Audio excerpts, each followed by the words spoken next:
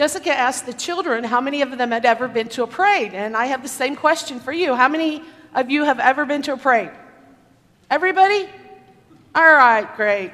You know, there is something so wonderful about parades, and the younger you are, I think the more exciting they are, but there's just an excitement, an exuberance, a really fun atmosphere at parades and an anticipation, because you're not sure what's coming next, whether, you know, is it going to be the clowns, is it going to be the horses, is it going to be a marching band, what is it going to be? It's such an exciting anticipation.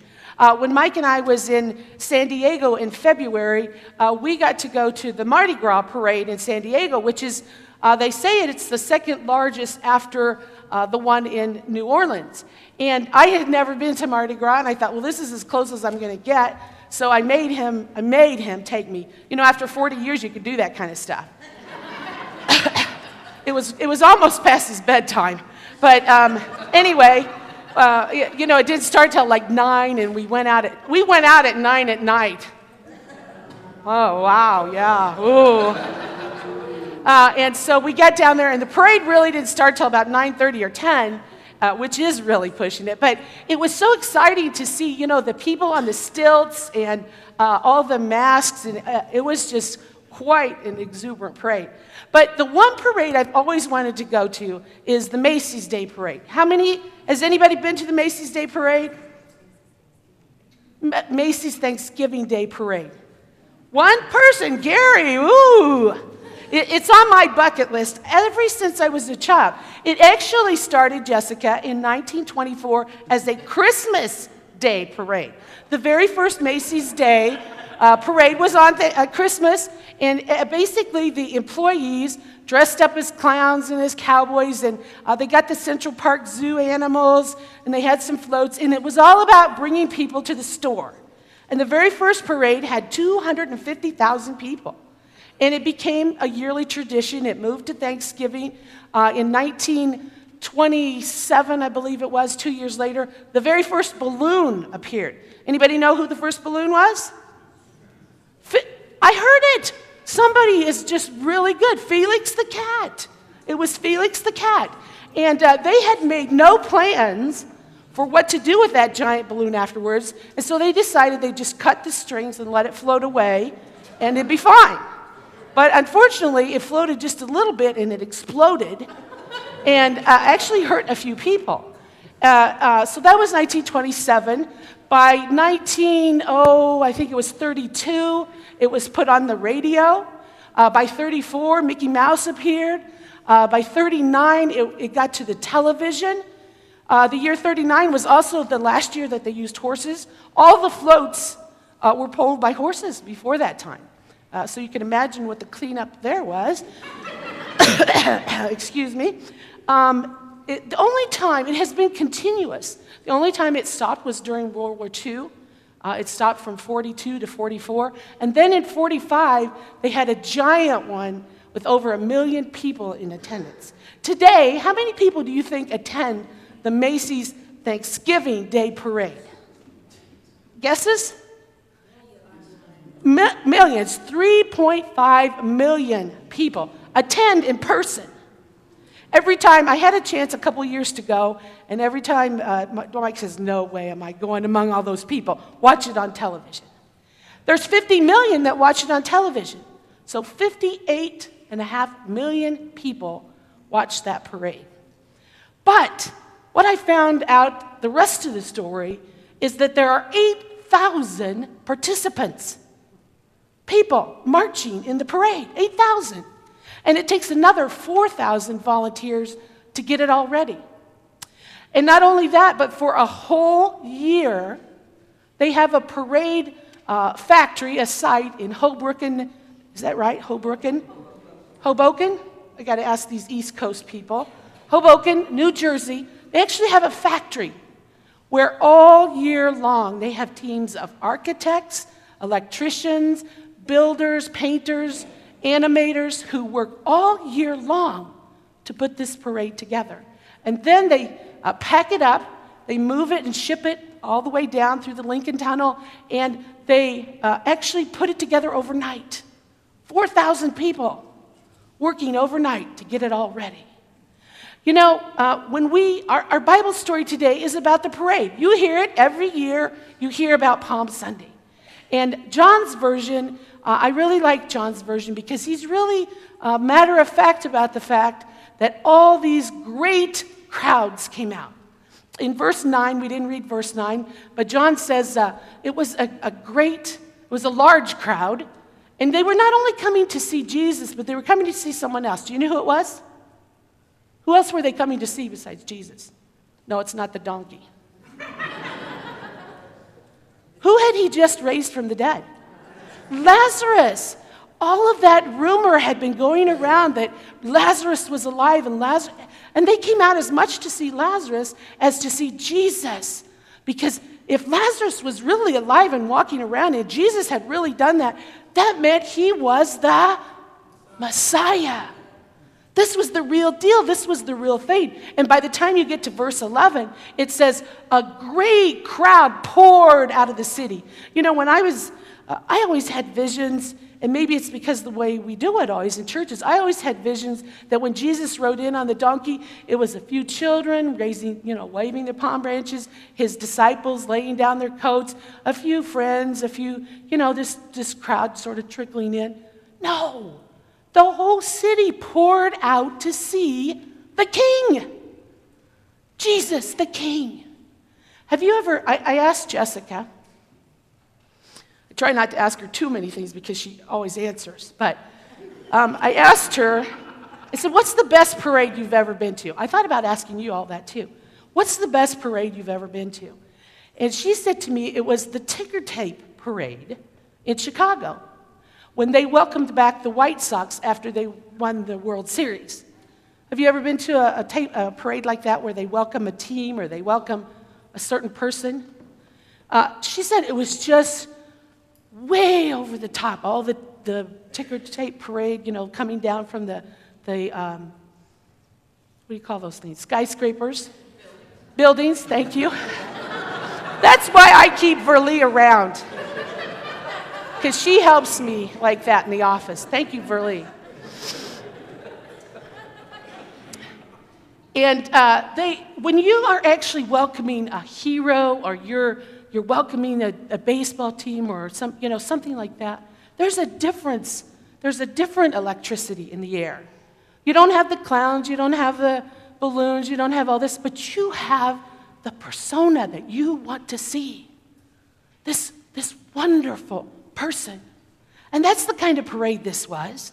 Just amazing, the Messiah. We have waited for him for 400 years. And not only that, he's raised Lazarus from the dead. Do you know that the Pharisees actually plotted to kill Lazarus? It's right there in the scripture.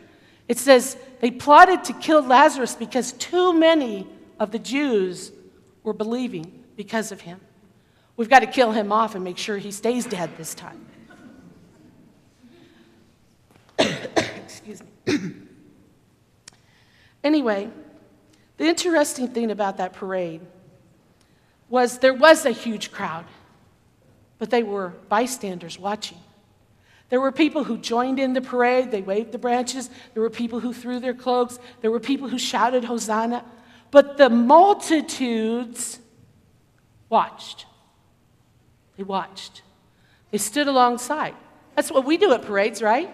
We stand and we watch. We're entertained. And folks, to me, that is a beautiful, factual picture of the church of Jesus Christ today in America. We are bystanders. The majority of us sit and watch. In Macy's parade, there are about 12,000 people, I said, that participate and volunteer. There's 58.5 million that watch, that want to be entertained. And our churches, I'm sorry, but our churches are full of people like that. We want to be entertained. We want to go to the next great thing, the next most exciting church. It's not about service. It's not about sacrifice. It's not about discipleship. It's about singing and dancing and what can I do? Picking up candy at the parade, exactly. At the Mardi Gras, we got necklaces, we got beads. And grown people were groping in the streets to get these little plastic beads. My question for you today is, where are you? The Pharisees were very disapproving. They were definitely standing on the side. I love that sentence. It sounds like it came right out of 21st century. See, this is getting us nowhere. Boy, there's days I want to say that. This is getting us nowhere. Look how the whole world has gone after him. You know, Jesus, I don't think Jesus thought it was an exciting, fun-filled parade because he knew what was coming. He knew what was ahead. It wasn't just a triumphal entry into Jerusalem. It was the beginning of the end. It was not about the cheers and singing and the palm branches. It was, in a sense, a victory parade, but it was a march that was going to lead to his death. He knew what was coming. His painful agony on the cross, the mocking, the whipping, the crown of thorns. He knew what lay ahead, but he didn't turn back. He was fully committed. His love was so amazing, so overwhelming, that it carried him straight to the cross. It carried him to victory, though, over sin and over death. We know that ultimately it leads to the resurrection and to eternal life. Unfortunately, the parade led to sacrifice. Think about that image for a minute. Cheering, exciting, wonderful parade. But it led to the ultimate sacrifice. A sacrifice for you and for me. What about us? What about us? Are we ready to sacrifice? Are we ready to be led into service, into work, into more mission? I just finished telling you what a wonderful mission church you are, but let's not rest on our laurels. Let's be participants. Let's join the parade. Did you see that title in your bulletin? Join the parade. Let's not be pew potatoes. You know what a pew potato is? It's kind of like a couch potato, only we have our own favorite pew, and that's where we sit. And we sit. And some of us sit so long we grow sprouts, you know, those little eyes.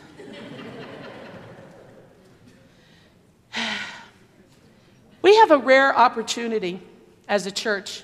It just came up. It's a God thing. I think, I'm convinced, and Corey. For the last year and a half, we've been talking about, Corey's been studying on sabbatical, and in his doctoral thesis, he's been studying about Christian community development. And we really thought there's no opportunity for that to here. We don't really, you know, you've got to have a neighborhood that needs development. And about a month ago, the Terra Heights church contacted us. Terra Heights is out by Forbes Field. It was a dynamic area at one time when the Forbes Field was at its height and in its glory. And the church there was a flourishing church. It was planted in 1954. Today, that church is dying. They're thinking about closing in September. They have 15 to 20 people in the church. And they came to us and said, you know, we really aren't ready to give up our mission, our work to our neighborhood. Would you be interested in partnering with us? Would you be interested in help to revitalize us and help us to work with our neighborhood?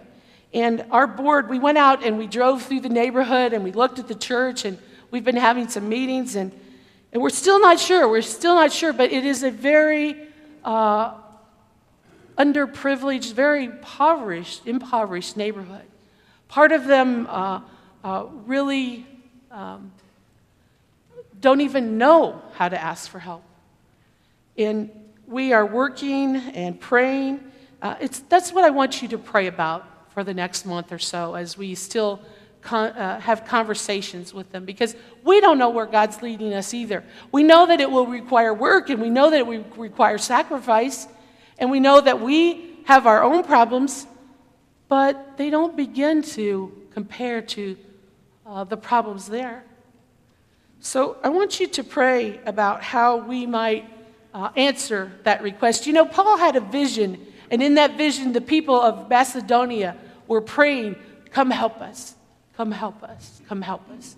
And we have that exact opportunity, and it seems so God-given after studying about community development and how to do it, and then all of a sudden God says, "Okay, you've been reading about it, you've been talking about it, here's one you could do." And we have to make a decision. Are we going to be bystanders? Are we going to join in? Just pray about that as the board continues to talk and meet about how we might help that church. I really believe that God is calling every one of us to get in the game, to join the parade, to stop talking church and be the church, to get ready to work and to sacrifice, because joy comes in the morning. Joy comes with the resurrection, the amazing victory that we will sing and celebrate about next week. Would you join the parade?